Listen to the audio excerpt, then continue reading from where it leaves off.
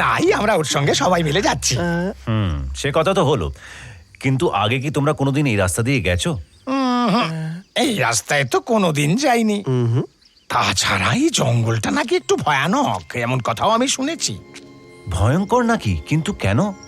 মানে লোকে তো অনেক কথাই বলে থাকে এই জঙ্গলের সম্বন্ধে। কেন, এখানে কোনো ভূত আছে নাকি? অনেক হয়েছে, এবার চুপ করো। তোমাদের কথা শুনে আমি ভয়ে মরে যাচ্ছি। আরে থামো নাড়ুগোপাল ভাই, অযথা আমার মনের মধ্যে আশঙ্কা জাগিও না তো। আগে বলো এই জঙ্গলে আছেটা কি? না না, কিছু নেই রামকৃষ্ণ।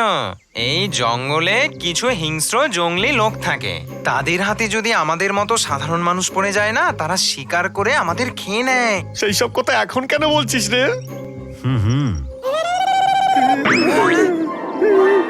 ওই জঙ্গলি লোকগুলো বোধহয় আমাদেরকে ঘিরে ফেলেছে। এবার বোধহয় ওরা আমাদের মেরে খেয়ে ফেলবে।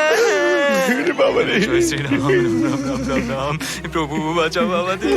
জয় শ্রীরাম, জয় শ্রীরাম। হনুমান বাঁচাও, উদ্ধার করো আমাদের হে ভগবান।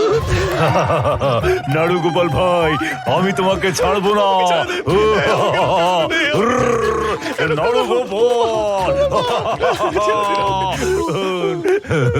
নাড়ুগোপালের ভয় তো নাড়ুগোপালের মতোই ভারী।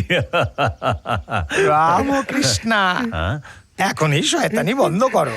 ওদিকে দেখো বেচারা নাড়ুগোপাল কিভাবে ভয় পেয়ে কাঁপছে।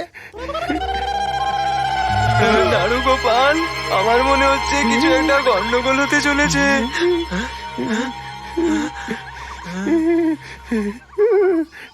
রামকৃষ্ণ, আবার শুরু করে দিলে তুমি। এবার আমিও কিছু করিনি, বিশ্বাস করো।